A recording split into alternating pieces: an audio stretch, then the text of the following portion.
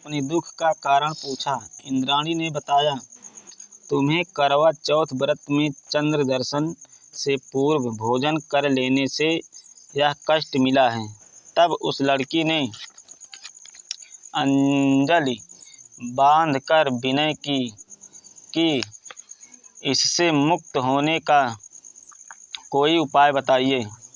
इस पर इंद्राणी ने कहा, यदि तुम विधि पूर्वक अगली करवा चौथ का व्रत करो तो तुम्हारे पति पुनर्जीवित हो जाएंगे। कन्या ने ऐसा करने का वचन दिया तो उसका पति स्वस्थ हो गया। इस पर उस कन्या ने वर्ष भर प्रत्येक चतुर्थी का व्रत किया और अनंत अखंड सुहाग प्राप्त किया। श्री कृष्ण ने कहा, हे द्रौपदी, यदि तुम इस व्रत को करोगी तो तुम्हारे सभी कष्ट संकट टल जाएंगे। इस प्रकार द्रौपदी ने यह व्रत किया और पांडव सभी क्षेत्रों में विजयी हुए। इस प्रकार सौभाग्य पुत्र पौत्रादि और धन धान्य की इच्छुक स्त्रियों को यह व्रत विधि पूर्वक करना चाहिए। इस व्रत में भगवान शंकर की आरती की जाती है। करवा चौथ व्रत कथा नंबर 3। एक ब्राह्मण परिवार में 7 बहुएं थीं। 6 बहुओं के मायके वाले बहुत अमीर थे। इसी कारण ससुराल में उनका बड़ा मान था, परंतु छोटी के मायके में कोई न था। वह घर का सारा काम काज करती, सबकी सेवा करती, पर कोई भी उसे प्यार नहीं करता। सभी दुत्कारते रहते। तीज त्योहारों पर भी जब उसके मायके से कोई नहीं आता तो वह बहुत दुखी होती। हर वर्ष की तरह इस वर्ष भी करवा चौथ का व्रत आया। अन्य बहुएं के मायके से उनके छोटे भाई करवा लेकर आए, पर छोटी के मायके में यदि कोई होता तो करवा भी लाता। सास भी छोटी को ही खरी खोटी सुना रही थी। वह दुखी होकर घर से निकल पड़ी और जंगल में जाकर रोने लगी। हे नाग, बहुत देर से उसका रोना सुनता रहा। अंत में वह अपने बिल से निकल आया और छोटी बहू से पूछने लगा, बेटी, क्या बात है?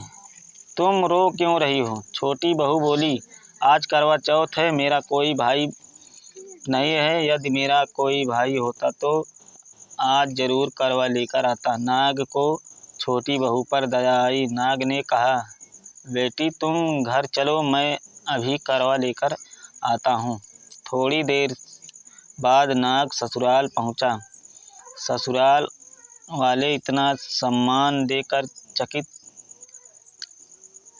हो गए। सास भी प्रसन्न हो गई। सास ने प्रसन्न मन से छोटी बहू को नाग देवता के साथ भेज दिया।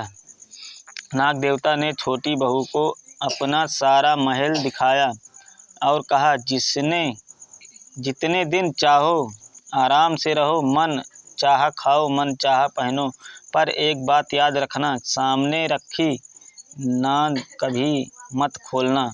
छोटी बहू सारा समय महल में आराम से काटती, पर नांद के बारे में उसकी उत्सुकता बढ़ती जाती। एक दिन जब घर में कोई न था, उसने नांद को उठाकर देखा तो हजारों छोटे छोटे सांप के बच्चे इधर उधर रेंगने लगे। उसने जल्दी ही नांद ढक दी। जल्दी में एक सांप की पूंछ नांद के नीचे आकर कट गई। सांप को नाग के आने पर छोटी ने अपनी गलती स्वीकार कर ली। नाग ने भी उसे क्षमा कर दिया। जब छोटी ने ससुराल जाने की इच्छा की तो उसे धन रत्न आदि देकर विदा किया। छोटी के ससुराल में अब उसकी बड़ी इज्जत होने लगी।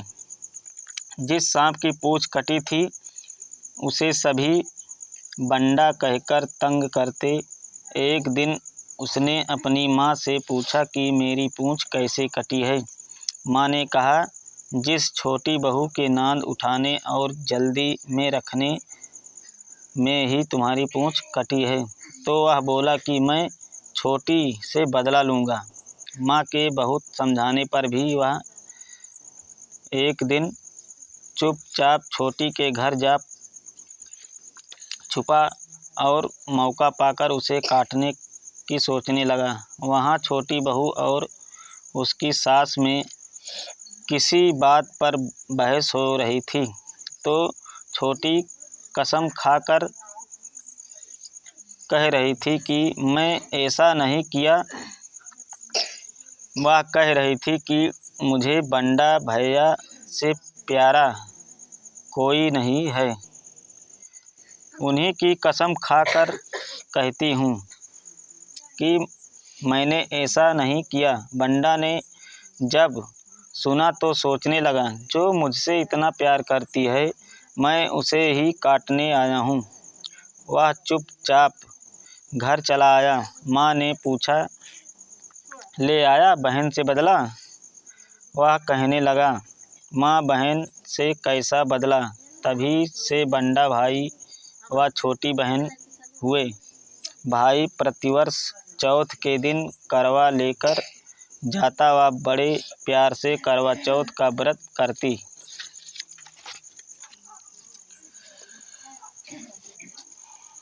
करवा चौथ व्रत कथा नंबर 4।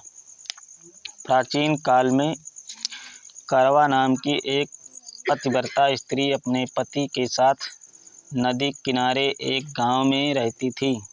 कार्तिक मास के कृष्ण पक्ष की चतुर्थी चौथ के दिन उसका पति नदी में स्नान करने के लिए गया। स्नान करते समय एक मगरमच्छ ने उसका पैर पकड़ लिया। वह करवा नाम लेकर ज़ोर ज़ोर से अपनी पत्नी को पुकारने लगा। उसकी आवाज़ सुनकर उसकी पत्नी दौड़कर आई और उसने मगर को कच्चे धागे से बांध लिया।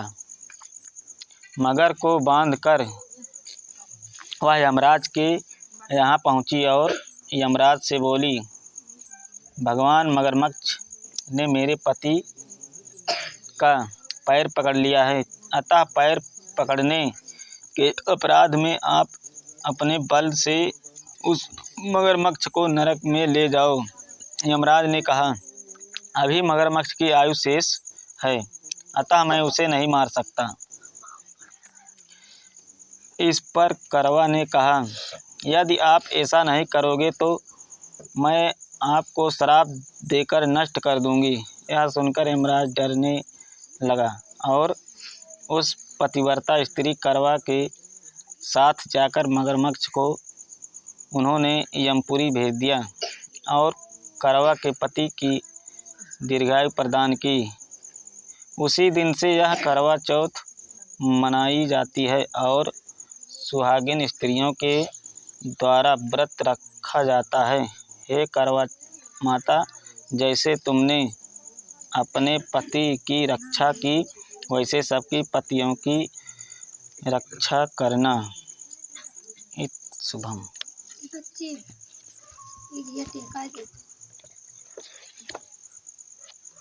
अब तो आरती है, खत्म हो गया। बहुत आरती है। गणेश जी के है आरती।